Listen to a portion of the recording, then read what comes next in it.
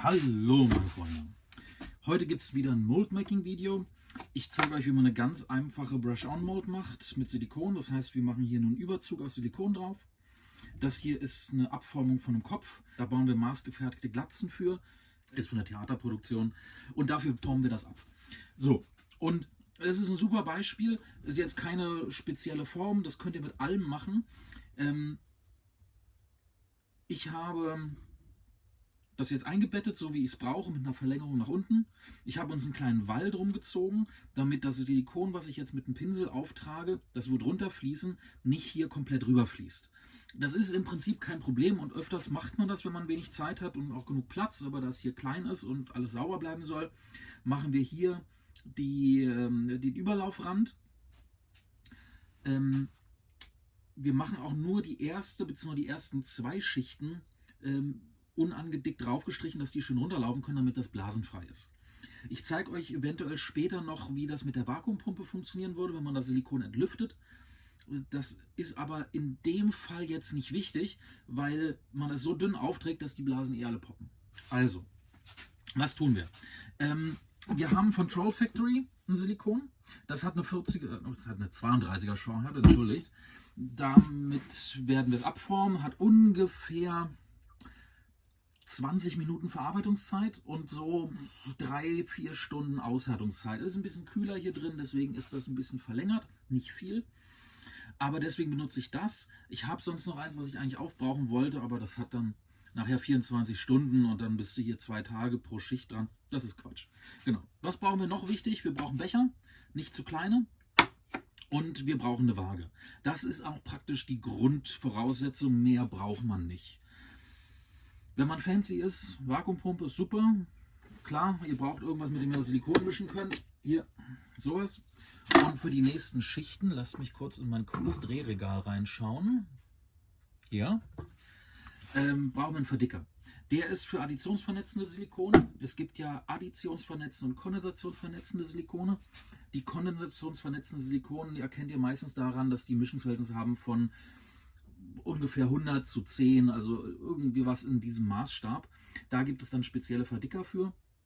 Und Additionssilikone, die sind meistens 1:1. Ist nicht immer so, aber im Großteil. Und natürlich lest euch durch, bei wem ihr es bestellt, was es für Eigenschaften hat, was es für Zusatzstoffe gibt, mit was man es einfärben kann, mit was man es verdicken kann, mit was man es zögern kann.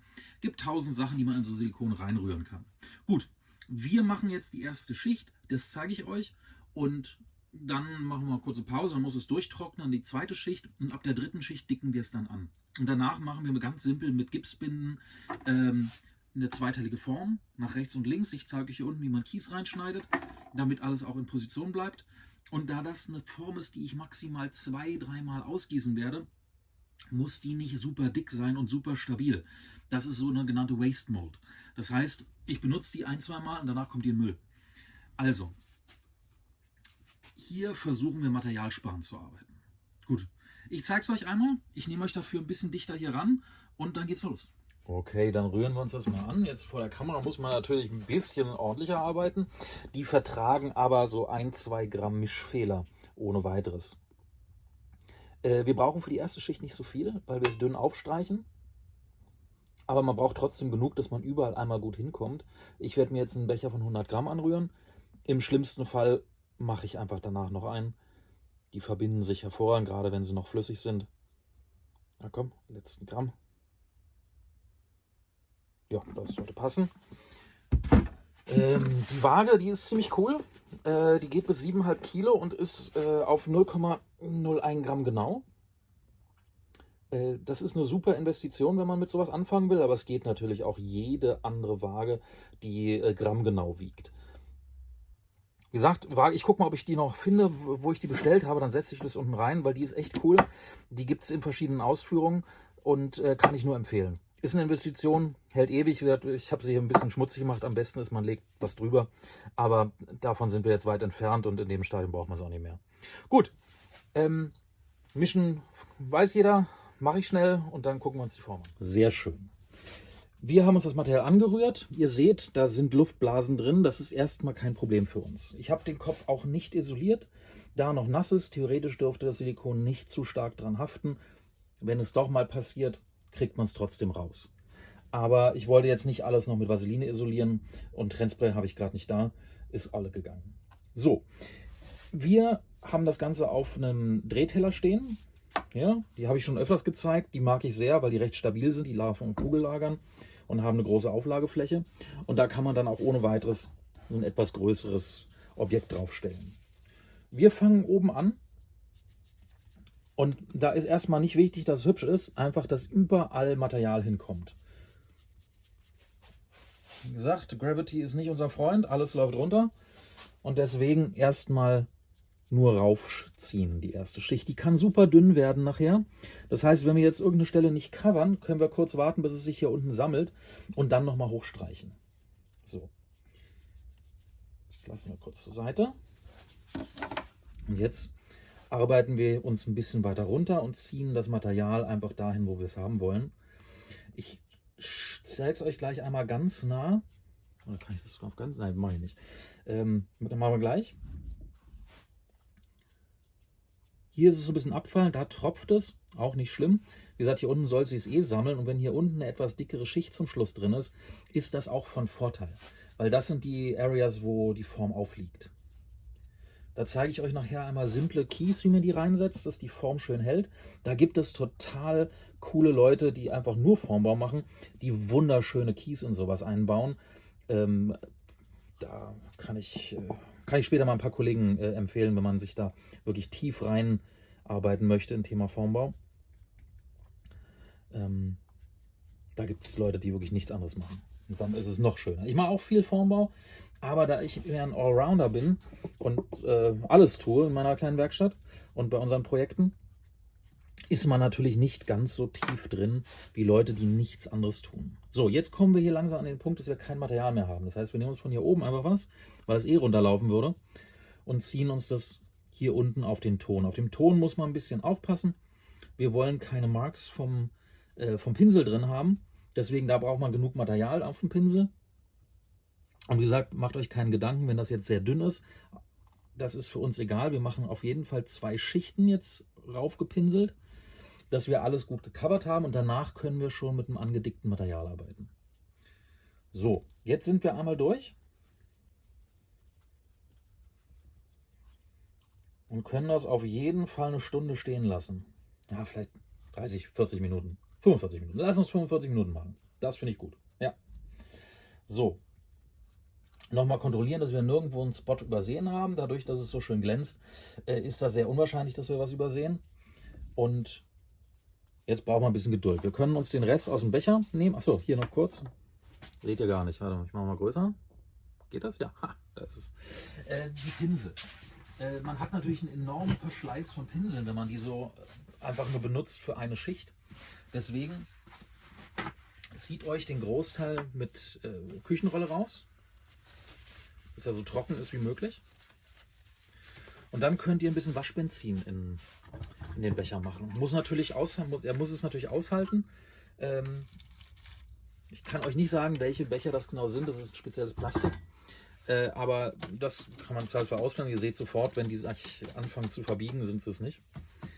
Und dann könnt ihr den Pinsel über mehrere Tage benutzen. Immer wieder sauber machen, Waschbenzin. Und dann ist es kein Problem. Auch natürlich hier ist Formbau am besten eine Maske tragen, wenn ihr mit sowas arbeitet. Gerade wenn ihr in kleinen Räumen seid. Aber genau. Und jetzt nehmen wir uns nochmal den Rest hier vom Rand. Ich bin nicht ein Freund davon, hier die Ecken auszukratzen vom Becher, weil da habt ihr öfters mal Material, was nicht gemischt ist. Wenn ihr so ein rundes Gerät habt, wie ich hier beim Spachtel, und dann hier reingeht, kommt ihr gar nicht an die Ecke beim Mischen. Und gerade wenn viel Material drin ist, seht ihr das nicht. So, deswegen die Ecke auszukratzen, finde ich immer schwierig. Aber was man machen kann, man kann die Seiten nehmen. Und das könnte man noch auf jeden Fall raufsetzen. Fließt dann runter und sammelt sich hier unten. Ich gehe euch jetzt einmal dicht dran an die Form, dass wir einmal sehen. Achso, und natürlich alles zwischendurch schön säubern. Sonst, wenn es erstmal anzieht, kriegt man es nicht mehr so leicht runtergewaschen. Dann muss man manchmal warten, bis es ausgehärtet ist. So, ich nehme euch mal mit.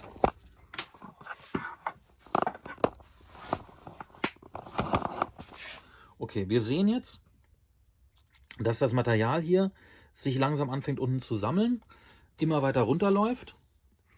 Dadurch, dass es so schön glänzt, erkennt man auch, ob man irgendwo einen Spot vergessen hat.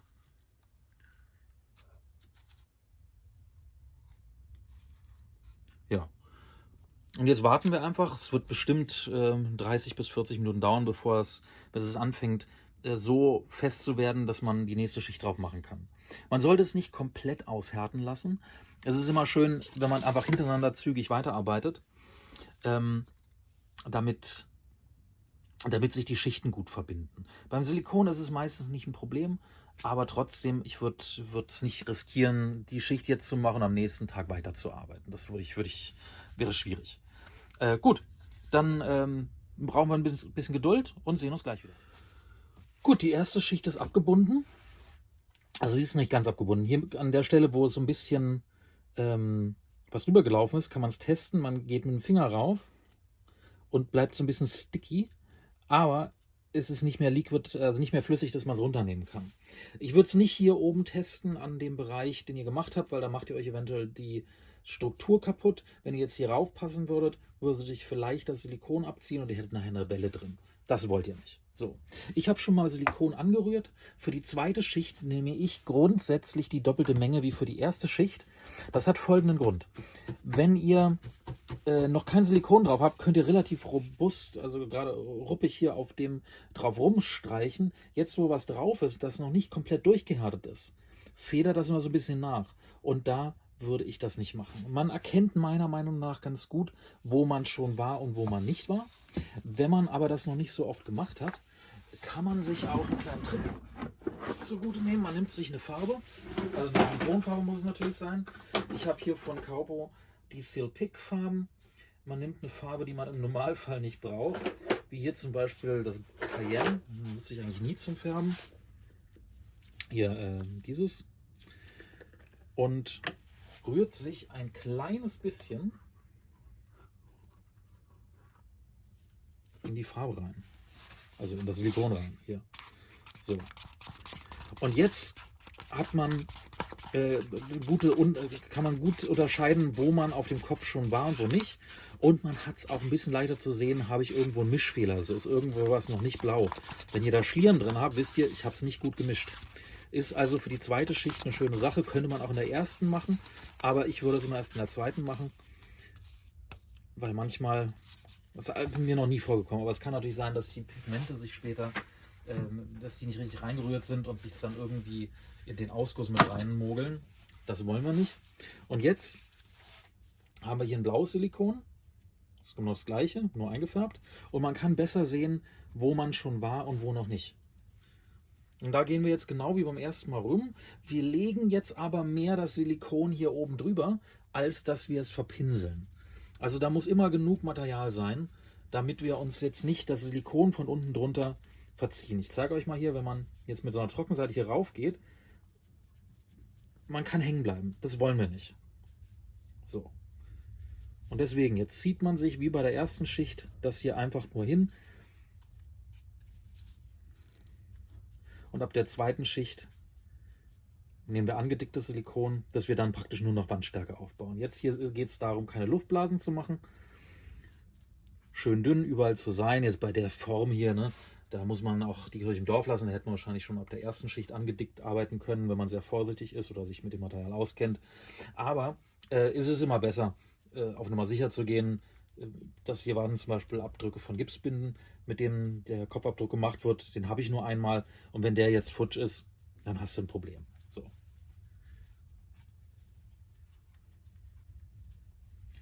Wir gehen überall rüber und dann lassen wir es wieder trocknen. Genau wie beim anderen.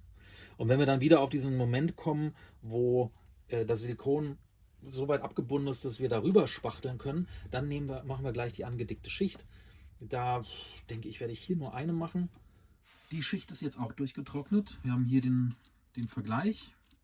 Es ist immer noch sticky, aber es bewegt sich nicht mehr, also es ist nicht mehr flüssig. Und ich habe jetzt hier nochmal Material angerührt. Ich habe jetzt hier 480 Gramm angerührt für die nächste Schicht. Dadurch, dass wir es andicken, machen wir natürlich auch sehr viel mehr auf die Form drauf und brauchen dementsprechend auch viel mehr Silikon. Die erste Schicht angedickt mache ich auch mit einem Pinsel. Also ich würde jetzt nicht hier anfangen, die komplett rüber zu ziehen, weil man sich da durchaus größere Luftblasen mit einrühren kann. Das heißt, wir machen jetzt nochmal eine dünne Schicht angedickt, oder dünne Schicht, eine angedickte Schicht mit einem Pinsel und versuchen die auch ganz sauber aufzutragen. Damit, wenn wir in der zweiten Schicht rüber spachteln, wenn da eine Luftblase entsteht, ist es nicht schlimm und wir können dann die zweite Schicht auch glätten. Die erste Schicht ist jetzt praktisch nochmal für die Stabilität. Ich nehme Cyfex, das ist ein Produkt von Smooth On, habe ich bei Kaupo bestellt. Da gibt es genaue Anweisungen, wie man das mischt. Ich mache das immer nach Gefühl. Man kriegt irgendwann raus, welches Silikon damit funktioniert und welches Silikon wie viel braucht. Man muss auch immer ein bisschen warten.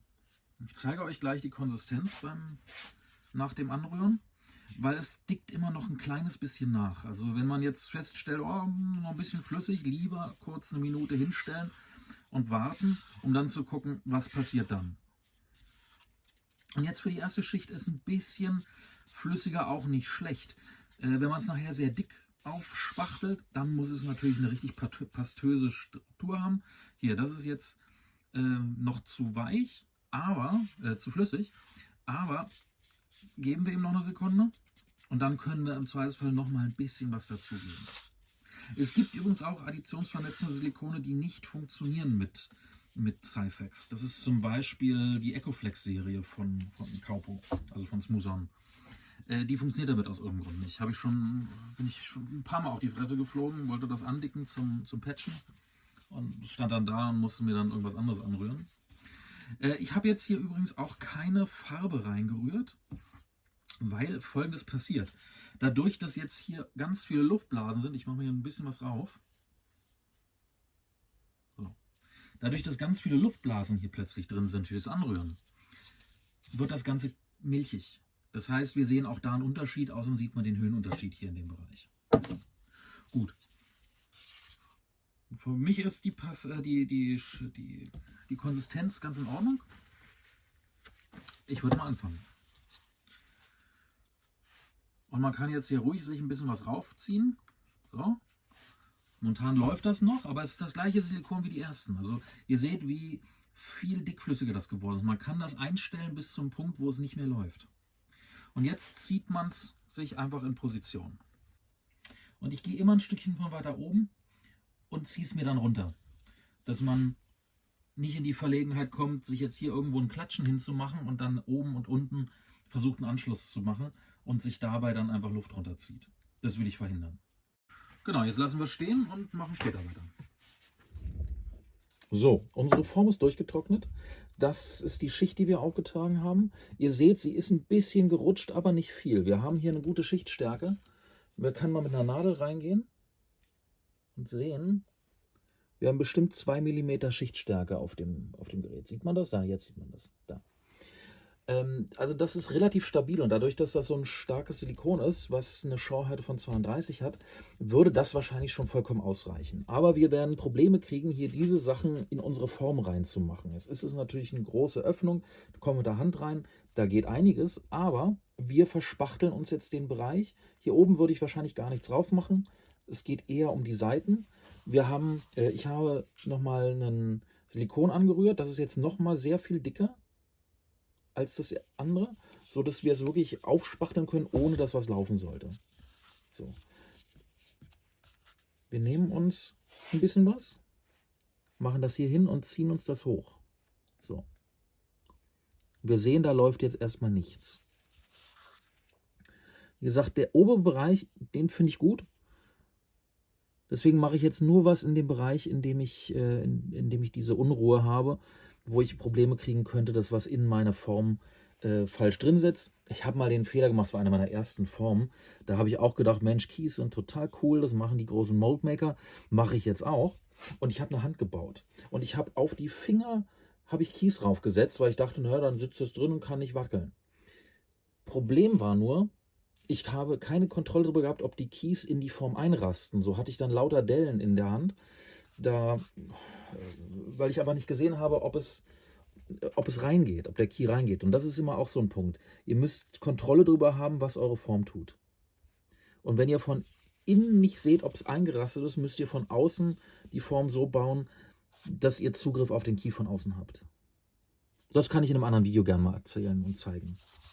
Und wer jetzt schon genau hinguckt, sieht, dass wir hier lauter Unebenheiten auf der Fläche haben. Was natürlich, wie ich schon gesagt habe, total blöd ist, um die Sachen nachher sauber in seine Form reinzulegen. Und da kommt jetzt Folgendes zum Tragen. Wir werden uns jetzt die Form glätten. Das machen wir dadurch, dass wir mit einem Spülmittel auf dem Handschuh hier rüber gehen. Da gibt es verschiedene Techniken. Ich kenne Leute, die nehmen sich einen Schaumstoff und tupfen das. Ich habe mich irgendwann dazu entschieden, das auf den Handschuh zu machen und das einfach glatt zu streichen. Man muss aufpassen, weil mit jeder Technik drückt man was ein. Deswegen kann man das nicht als erste oder zweite Schicht machen. Oder es ist schwierig, das als erste oder zweite Schicht zu machen, weil man sich viel verdrückt und da hat man sehr dünne Stellen drin. Aber da unsere Unterschicht dick genug ist das jetzt hier keine Gefahr. Und jetzt geht es nur darum, dass wir eine saubere Oberfläche kriegen, dass wenn wir nachher den Gipsmantel bauen, die Schichten da gut reingelegt bekommen, ohne dass jetzt hier zum Beispiel, das hier wäre schwierig reinzudrücken, würde auch irgendwie gehen, weil die Öffnung groß genug ist. Aber sehen wir das? Lass mich mal, ich nehme mich mal mit damit ran. So. Das Kabel abmachen, das schneiden wir nachher alles schön. So, hier, da seht ihr es. Hier, das ist zum Beispiel ein schönes Beispiel. Das ist jetzt mit dem Tool einmal abgezogen und hier hat sich ein Unterzug gebildet. Die sind immer sehr schwer reinzubringen in die Form. Davon haben wir einige. Da hat man auch hier manchmal so einen, da sieht man so einen kleinen, wir kriegen den scharf gestellt. Aber wir kriegen nicht scharf gestellt. Da ist er. Ich will das aber besser zeigen. Naja, da siehst du auch einen. Das sind so eine kleinen Flapse. Und die kriegst du nie rein. Und das Problem kann sein, dass dass es sich eindrückt, aber es auch nur minimal ist. Und nachher weiß man nicht mehr genau, war das der Kopf oder war das nicht der Kopf? Weil unsere Köpfe und unsere Körper sind halt leider nicht alle komplett symmetrisch. Deswegen gewinnen die meisten von uns auch keinen Modelwettbewerb. Und stellen wir wieder hin. So. Ich muss mir angewöhnen, aufzuhören zu quatschen, wenn ich die Kamera bewege. Dann kann ich sie nämlich rausschneiden. Genau. Und das weiß man dann nachher einfach nicht. Deswegen ist es auch nicht schlecht, alles durchzufotografieren, dass wenn man seinen Schauspieler abgeformt hat, am besten davor, alles durchzufotografieren, um danach zu gucken, waren die Beulen und Dellen wirklich da. Weil manchmal, wenn jetzt hier eine größere Beule ist, beziehungsweise wenn hier ein Unterzug ist, wir gießen es aus, hier drückt es sich ein und dann ist das für 2-3 mm eingedrückt, ist optisch erstmal so eine Sache, ob es einem überhaupt auffällt. Aber wenn man nachher sehr präzise Prosthetics baut, die dann nicht exakt passen oder die ein anderes Volumen haben, weil man gleicht ja von außen das Volumen aus. Man sieht ja nach dem Modellieren gar nicht mehr, hatte ich hier eine Delle oder nicht, sondern man macht ja nachher eine Modellage. Im schlimmsten Fall macht das jemand anders. Man hat einen Skulpteur da, der das schön modelliert und sich überhaupt nicht darüber interessiert, was wir getan haben hier oder was wir am Modemaking machen. Und dann kommt das Problem, dass man plötzlich, wenn das Prosthetic geklebt wird, hier eine Beule hat, weil das Original weiter draußen ist. Dann setzen wir unsere ausgeglichene Beule drüber und plötzlich hat man da einen Zentimeter Schichtstärke und das wollen wir nicht. So, jetzt als nächstes. Ich nehme handelsübliches Spülmittel, neutralisiert von der Verpackung, dass keiner erkennt, was es ist, damit ich keine Schleichwerbung mache. Wir nehmen einen guten Schuss, machen das auf den Handschuh und auch reichlich und gehen dann hier rauf und können dann das Silikon glätten, weil es nicht mehr am Handschuh klebt. So. Das ist immer eine kleine Sauerei, weil man genügend Spülmittel nehmen muss und das perlt natürlich vom Silikon ab und läuft irgendwann runter. Das heißt, man sollte darauf achten, dass drumherum was nass werden kann, dreckig werden kann. Und jetzt streichen wir uns das Silikon auf seiner kompletten Fläche aus, dass wir alle Unebenheiten rausziehen. Ihr müsst auf jeden Fall vorher einen kleinen Test machen. Ich hatte noch kein Silikon, was negativ auf Spülmittel reagiert hat, aber das weiß man natürlich nicht. Wenn man so was sehr Empfindliches hat, lieber ausprobieren. Und wo wir gerade über lieber ausprobieren und empfindlich reden, Silikone und Latex sind keine Freunde. Ihr könnt keine Latexhandschuhe bei sowas tragen. Dann binden euch die Silikone nicht ab. Die untere Schicht vielleicht schon, also wenn man so eine dicke Schicht macht, aber die obere Schicht bleibt immer sticky und klebrig. Ich kann euch nicht den genauen Sachverhalt erklären, woran es liegt, aber es ist eine Tatsache, dass das Latex und Silikon ein Problem sind. Deswegen Vinylhandschuhe oder Nitrilhandschuhe, damit ihr nachher beim Formbau euch nicht total Mühe gegeben habt und dann feststellt, Mensch, meine Form hat gar nicht abgebunden. Da muss man aufpassen. Man nimmt sich ein Stück Schaumstoff, einen Handschuh, friemelt den Schaumstoff hier rein.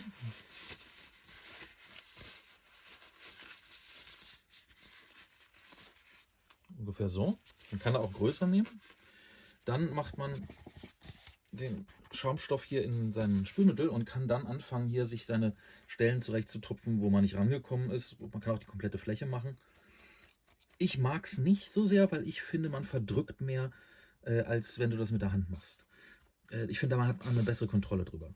Aber das ist Geschmackssache. Ja, das sind die Techniken. Es gibt bestimmt noch andere, aber das ist das, wie ich Formen baue, in der Art und Weise. Jetzt lassen wir es aushärten. Unser Silikon ist ausgehärtet. Ich habe hier unseren Überlaufschutz abgemacht und einmal alles, was hier rüber hing, weggeschnitten.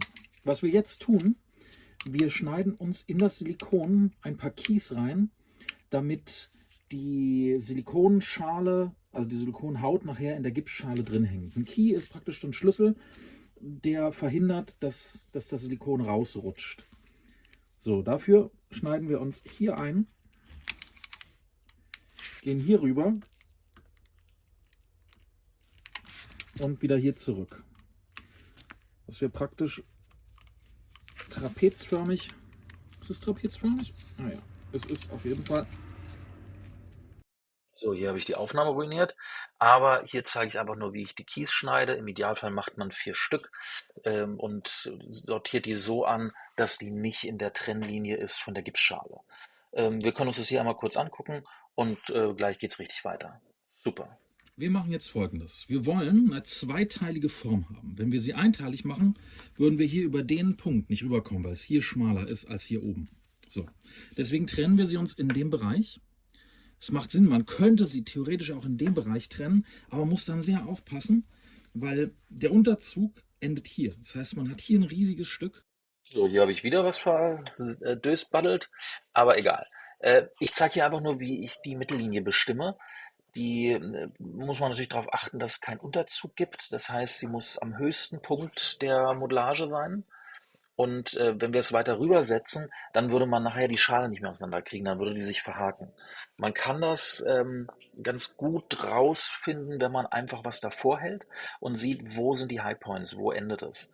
Und dann muss man dementsprechend dann die Linie vervollständigen und hat dann eine gute Guideline für die Gipsschale. Und das wäre unsere Linie, wo wir die Gipsschale trennen würden. So, wir wollen ein bisschen weiter hier rüber gehen. Könnt ihr euch auch markieren, wo ihr sagt, bis da will ich. Tut keinem weh. Und am Anfang hilft das auf jeden Fall. So.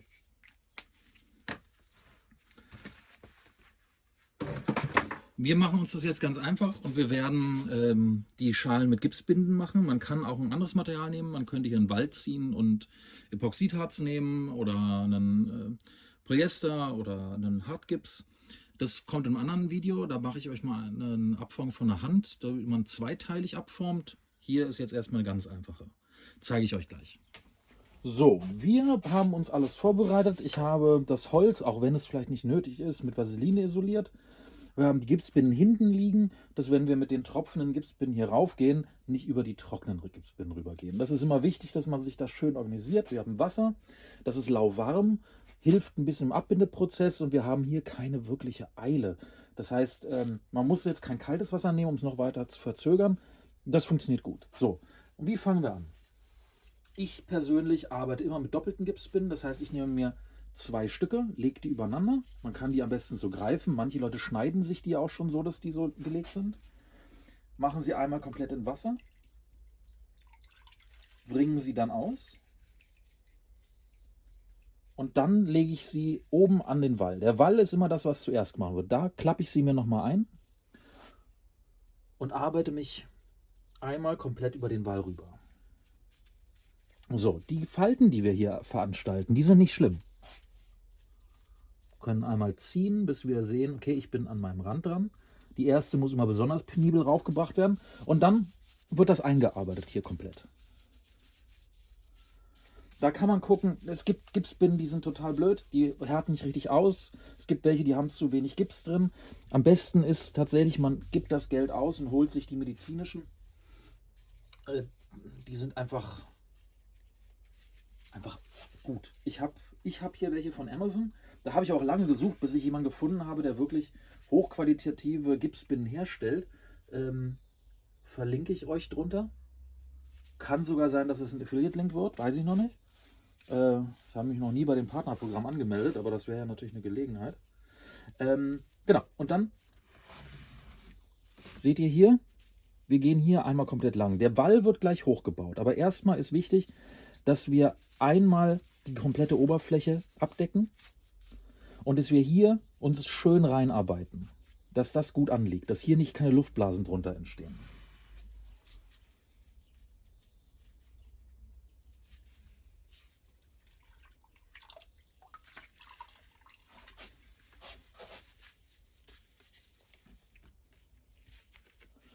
So, hier kommt jetzt auch einer ran. Den legen wir es unten hin. Und hier ist jetzt wichtig, dass wir richtig reinkommen in die Kies, richtig in die Seiten. Da können wir uns noch mal ein bisschen Wasser nehmen, wenn das nicht richtig hält, und ziehen das hier rein. So. Könnt ihr auch mit einem Tool nacharbeiten. Und hier hinten an der Kante klappen wir es uns jetzt so um, dass wir auf der gleichen Linie bleiben. So. Dann wird alles hier wieder ausgezogen. Hier ist der zweite. Brauchen wir genug Material. Kann man so ein bisschen da reinstopfen.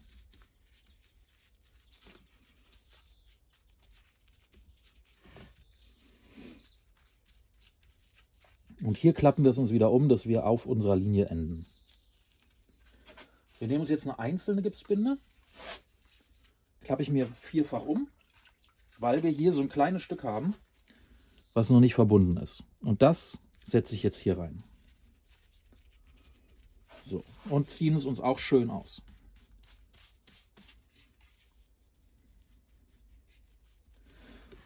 So, wer sich jetzt hier unsicher ist, der kann sich irgendwas nehmen. Ich habe mich nichts rausgelegt. Ich nehme hier einfach einen Pinselstiel und drücke das wirklich hier in die Seiten rein. Dann hält man es fest und drückt hier nach. Und schlimmsten Mal muss man was nachziehen. So, dass es da richtig schön drin ist. So, dass unser Key ordentlich ausgefüllt ist. Jetzt machen wir den Rest der Oberfläche und danach geht es nur noch an die Verstärkung.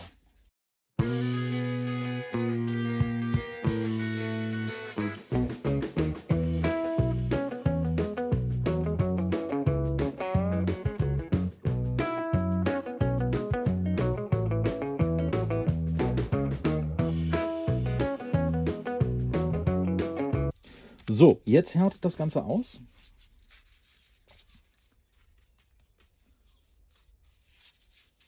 Und wird von der anderen Seite mit Vaseline isoliert, hier die Seite, damit wir dann die zweite Formhälfte machen können. So, wir machen eine kurze Pause, gleich geht's weiter.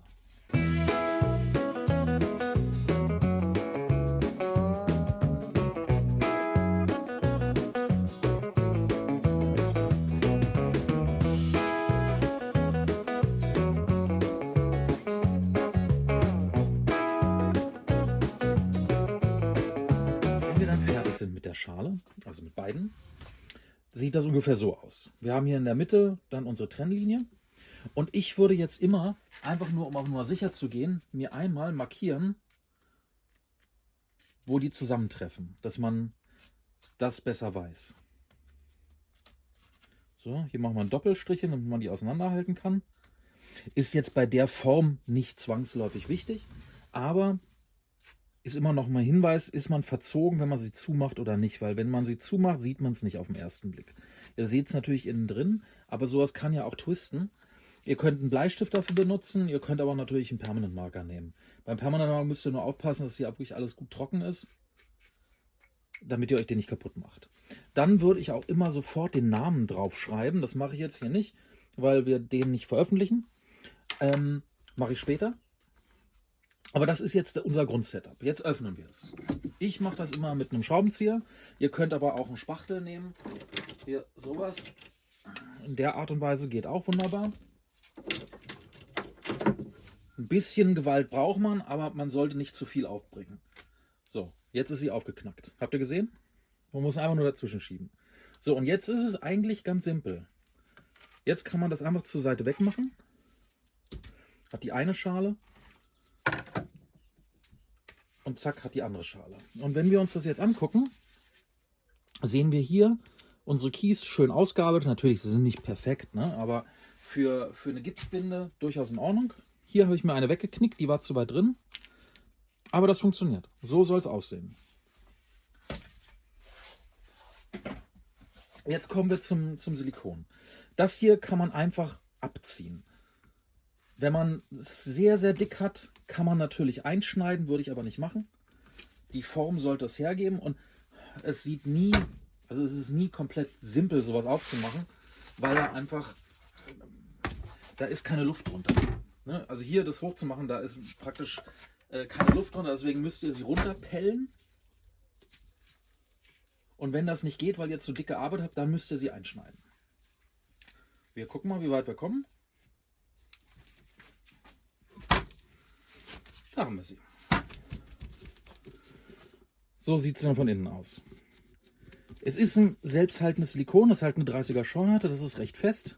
Wir haben hier eine Schichtstärke von bestimmt 5 mm an den Seiten. Hier oben ist es weniger, hier sind es eher 3. So. So, und jetzt kommt jetzt die große Frage, wie kriege ich es hier rein?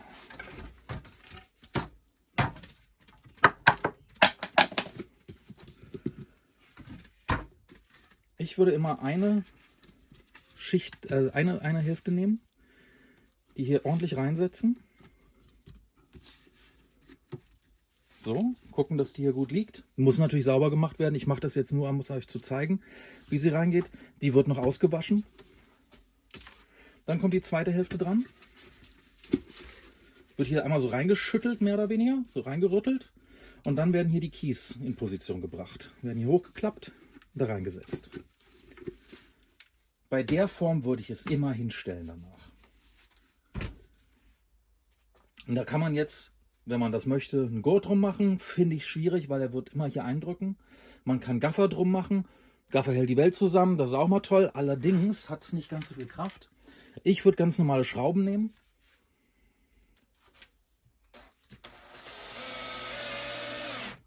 Und einmal zuschrauben. Und das würde ich an 3, 4 Punkten machen.